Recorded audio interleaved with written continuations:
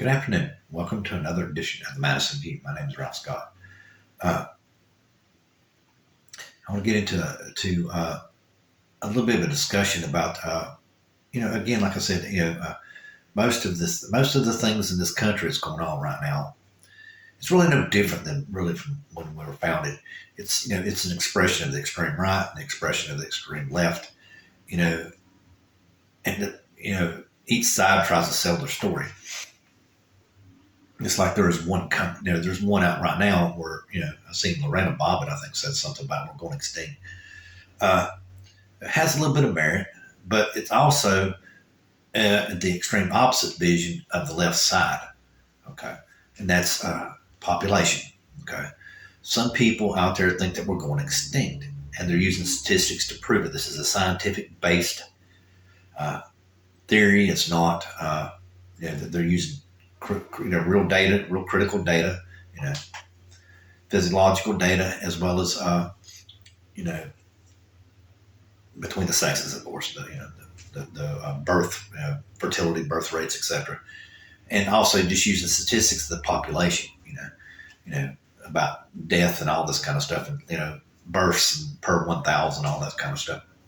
And they have figured out that by 2050, in the United States, we will only have I think it's like one child born per two couples. I think that's what it's going to come out to be. Basically, when they said when we hit that slope, we're going to go extinct, which is a plausible theory. I mean, that is definitely a plausible theory. But here's the thing. That can change at any given time. People can all of a sudden start wanting to have kids, and and all this, all this stuff. But basically, one of the points is actually very, very, very critical, and it needs to be thought. It needs to be brought up and discussed very thoroughly. And that's by us not having enough kids, we're going to create an economic disaster for our grandchildren. For the people the children who survive us, in our family tree, further into history, or further into the future. Because there won't be nobody to do the jobs. There'll be economic chaos. There'll be no supplies. There'll be no farms. There'll be no whatever, because people won't be there to even produce it because of economic catastrophe. And it's a very realistic thing, as far as being realistic about, because if we did get that low in population, I'm sure it would cause a lot of problems. But also, those needs should be reduced. So therefore, in theory, now things should remain somewhat proportional in theory. Just like I said, in theory. I mean, I'm not sure exactly what happened, but I can see the flaw in their logic, but yet I can understand their logic. But see, this also goes toward the left's logic, where we need less people on the planet, to keep our planet from getting too overly stretched, our resources. The planet can't support us. Which has some basis as well. I mean, both sides have basis and both sides have merits. So the biggest flaw that I can see in that right wing thing that we're going to go extinct is that I said, if we do reduce our population, our needs should drop proportionally to our population. So therefore, that's the only thing that I think that they're just not thinking through totally. That's the only flaw I see in that. But it's quite true in my opinion. I mean, I also truthfully think that we do not have enough family units in this country. Where I was mentioning in the previous video, we can become a little bit too individualistic. And that's the basis of this country, is the family. I see nothing wrong with you see a lot of people, a lot of feminists or whatever on the far left side or whoever they would be, getting talking bad about people who get married young. I see nothing wrong with it, because that's basically how the world was founded for thousands and thousands of years. I mean, people had their kids, because they were married young. I mean, there was no birth control. When you started mating, you had to get married, which is very practical, because somebody was feeding the kids. They didn't just run around and starve to death. There weren't very many single parents, basically, which I think is one of the problems with the country. We have too many single parents. But anyway. And what that does is, when people are married and have a family unit and the kids grow up, it creates a more mature person, and they step into these positions like most people wouldn't even dreamed of being a mayor or whatever, or a president or whatever until they were 40. By then, their kid was grown up. Their family had grown up, and their children were out in the world. And they had a vested interest in making this country work, and that's why the country works so well. And a lot of people just don't realize that.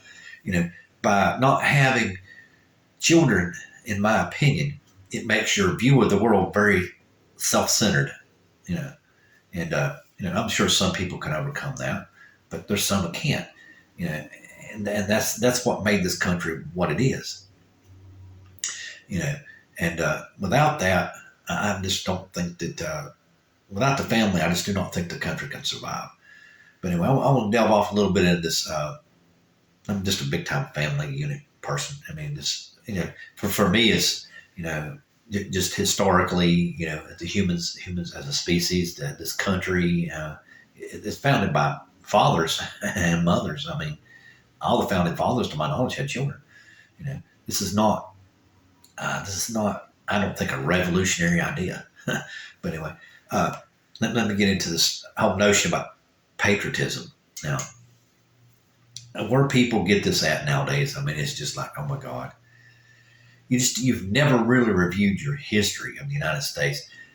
A patriot in this country, okay, who fought in the Revolution would be a true patriot, okay? And what they fought for was the individual freedom. And how everybody came about to this country was under different circumstances. I mean, some people just came because they were poor. Some people came because they were escaping religious persecution, which I'll get back to in a little bit. Some people just came because, they weren't doing good in the country and they felt like the best thing for them to do was leave, because they just weren't fitting in good in society and they wanted to be out somewhere where they could own land, stuff like that. They had a little bit of ambition to them. So by bringing, the religious persecution, the people had some ambition, and the people who just didn't quite fit in real well or whatever their reason was for coming over here, by taking all that diversity, which is what people who call themselves patriots now, in my opinion, fail to see. The United States was a very diverse nation. And one of the diversities, which is, in my opinion, is absolutely critical, it is religious diversity. And we had different nationalities, like I said, the Scottish, the German, the French, there was all kinds of people, the Irish, the British, we had Native Americans, we had Chinese, I'm sure we had all kinds, a lot of people just probably don't realize how diverse the United States was, ethnically as well as religiously. The United States really had no true culture. It was just the United States. It had its own culture. And the culture was multi-ethnical, multi-racial, multicultural, and multi-religious. And a lot of people nowadays just get up there and wave the flag and say, unless you're a Christian, you're not a patriot. And that's wrong. Because there were people back in those days who were very vehement atheists. And a lot of people, well, yeah, because you got to remember, people were escaping the church and the persecution. The church was still persecuting people and hanging people. And, they were burning people in Germany for being witches. Well, women for being witches. They said they burnt so many people there wasn't nobody left. The church was still persecuting and suppressing people. And that's the reason why they come over. So there was very staunch atheists who did not believe in the church, did not believe in God because of the persecution that the church done. Where I mentioned in a previous video that the Catholic Church run Europe. They killed millions of people, and people were escaping that, and they didn't even want to be in a church or a religion. People don't even realize that. They've forgotten that part of history because they choose to forget that part of history. And it's just that simple. You have chosen to forget that part of history because you, I don't know how you can say it, other than the fact that somehow or another you think that your point of view is totally right.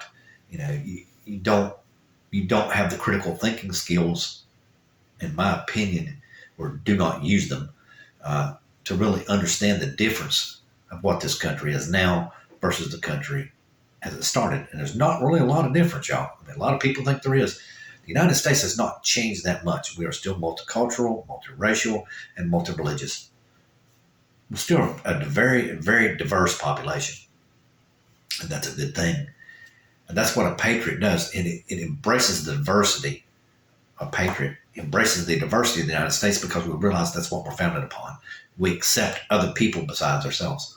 We respect the individual's right, which is what we fought for. And that's what true patriotism is. You respect the individual right, not just your own, but everyone else's individual right. And that's the key to patriotism for this country to keep on going. Anyway, now I want to discuss Federalist paper, I think 55. They were discussing the amount of people that should be elected. And I think it was 1 per 10,000 was the ratio that they thought was good, because they felt like that if they had less than, let's say, 10 or 15 people to represent the whole entire state, that would concentrate power too much, and there wouldn't be enough diversity of opinion to reflect the opinion of each state that they represented. And that was the reason why they chose the number. They felt like the power would be concentrated too much. And they felt like if the power was concentrated too much, they would change too many rules and concentrate power even deeper, which would again suppress the people. And that was one of the major things that they were discussing in Federalist Paper 55. And they were also comparing a republic versus true democracy. And like they said, is unfortunately, if we had a true democracy, it would almost be like a mob. There would be hardly any control. It would be very hard to pass laws. We needed people to be conscientious and have some kind of skin in the game.